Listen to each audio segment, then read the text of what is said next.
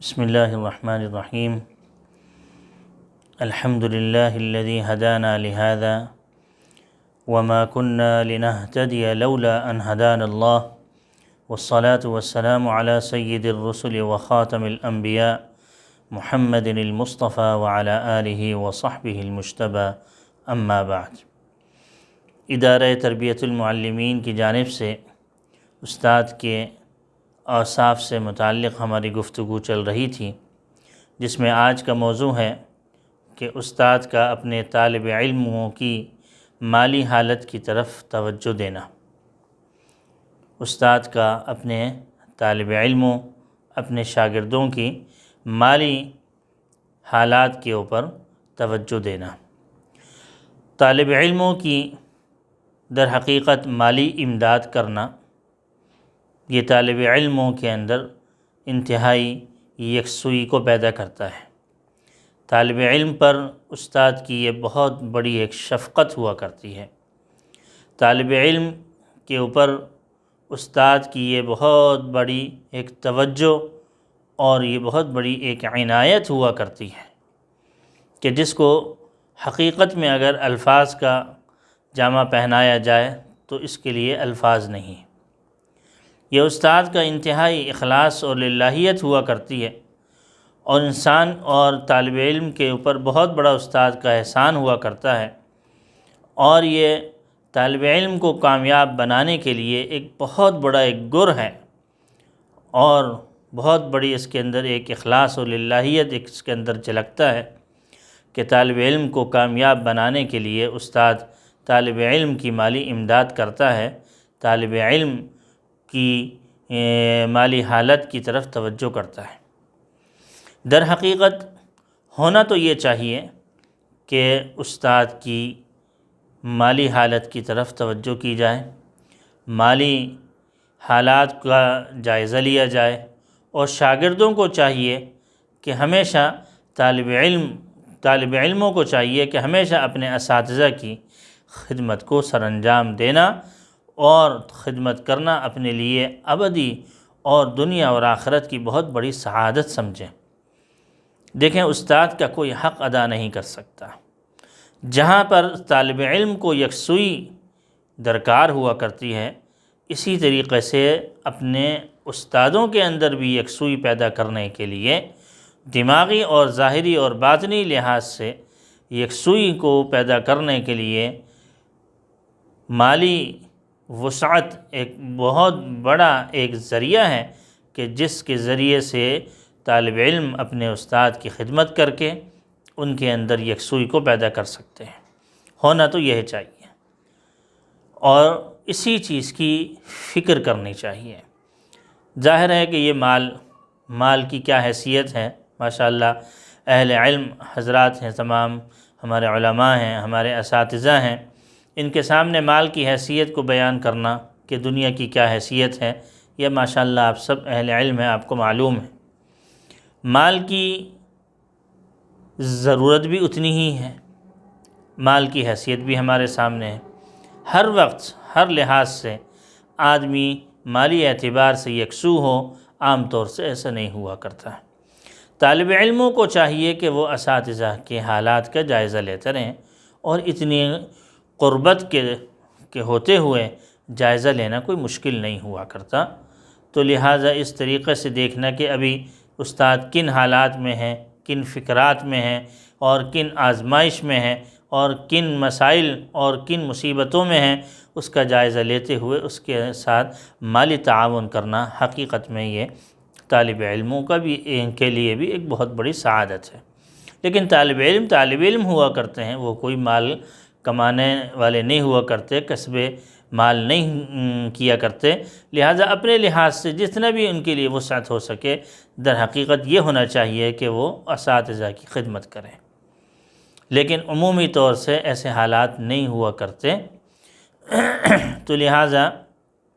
جتنا بھی وسعت ہو سکے طالب علموں کو، تو طالب علموں کو چاہیے کہ اپنے اساتذہ کی خدمت کریں، ظاہری طور سے جیسے کی جاتی ہے ویسے بھی، اور اپنے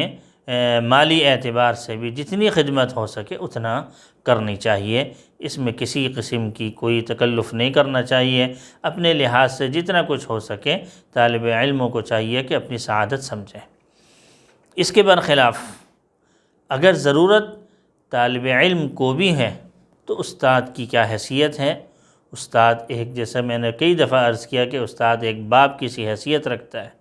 بہترین معاون ہے، بہترین مددگار ہے، مشیر ہے، مربی ہے، اور وہ بہترین رہنما ہے، اور بنیادی طور سے طالب علم کو لے کے چلنے والا ہے، اور بنیادی طور سے اس کا ایک اساسی کردار ہے۔ ان تمام چیزوں کو سامنے رکھتے ہوئے اگر ہم ظاہری طور سے مثال اگر ہم اس کی سمجھتے ہیں، جو کئی دفعہ یہ مثال بھی ہمارے سامنے آئی ہے کہ استاد ایک پودے سے لے کر اس کی آبیاری کرتا ہوا، اس کو پانی دیتا ہوا، اس کے تمام چیزوں کو اور مضر اثرات سے اس کو بچاتا ہوا ایک تناور درخت اور شجر باثمر بنانے میں طالب علم کو ایک استاد کا ایک بہت بڑا کردار ہوا کرتا ہے۔ اگر خدا نخواستہ موانع کو بھی نہ ہٹایا جائے، اگر خدا نخواستہ صحیح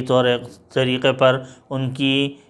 دیکھ بھال نہیں کی جائے اور صحیح طریقے پر ان کو صحیح خطوط پر استوار نہ کیا جائے تو پھر کیا حشر ہوگا، اللہ اس کو بہتر جانتا ہے۔ در حقیقت یہ بہت بڑی ایک کمی کی بات ہوگی، در حقیقت بہت بڑا عیب ہوگا، اور بہت بڑا استاد کے لیے ایک معیوب بات ہوگی کہ کس طریقے سے وہ ان تمام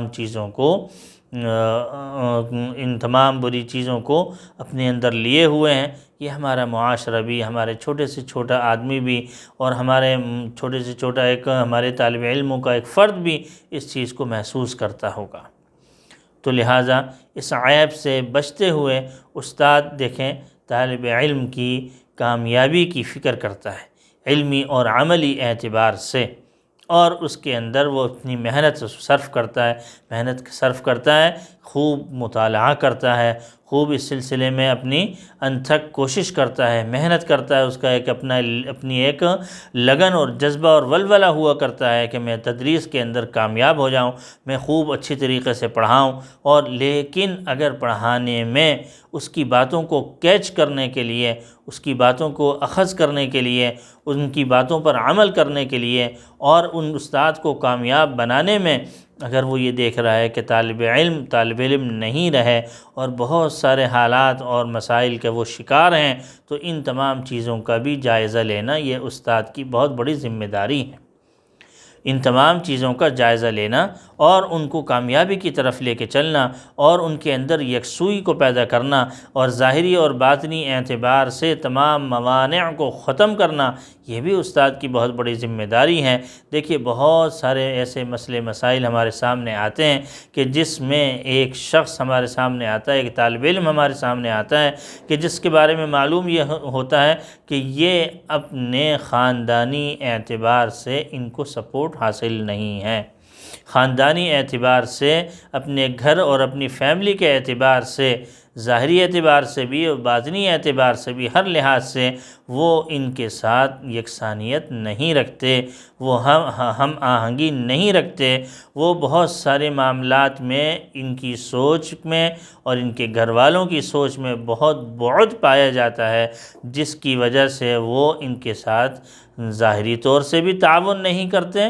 اور اس کے ساتھ ساتھ یعنی علمی اعتبار سے بھی اور عملی اعتبار سے تعاون نہیں کرتے، اور اس کے ساتھ ساتھ جو ایک ضرورت کے اعتبار سے جو مالی امور ہوتے ہیں، مالی امداد بھی ان کی طرف سے نہیں پہنچتی۔ تو اس وقت ایسے حالات میں طالب علم کی مالی امداد کرنی چاہیے۔ طالب علم کو کامیاب بنانے کے لیے، اس کی زندگی کے اندر علم پیدا کرنے کے لیے اور عمل پیدا کرنے کے لیے، علمی اعتبار سے وہ اچھے ہو جائیں اور عملی اعتبار سے وہ اپنے معراج کو پہنچیں، اس سلسلے میں جو یہ کمی پیدا ہوتی ہے، یکسوئی پیدا ہوتی ہے، پریشانیاں پیدا ہوتی ہیں، مالی تنگی پیدا ہوا کرتی ہے اور وسائل کی تنگی ہوا کرتی ہے، ان کے اعتبار سے استاد کو چاہیے کہ وہ طالب علم کا جائزہ لے کر، ان کے حالات کا جائزہ لے کر کسی طریقے سے حتی الوسع اور حتی الامکان جو طریقہ کار ایسے ہیں ان کو اختیار کرے، اور اپنے طالب علموں کی، اپنے پڑھنے والوں کی مالی امداد کرے۔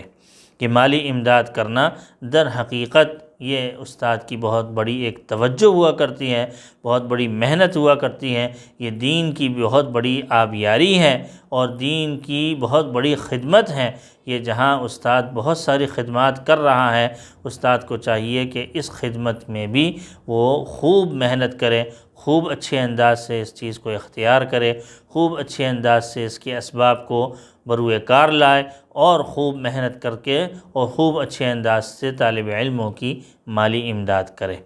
اللہ جل شانہ عمل کی توفیق عطا فرمائے۔ وآخر دعوانا ان الحمد للہ رب العالمین۔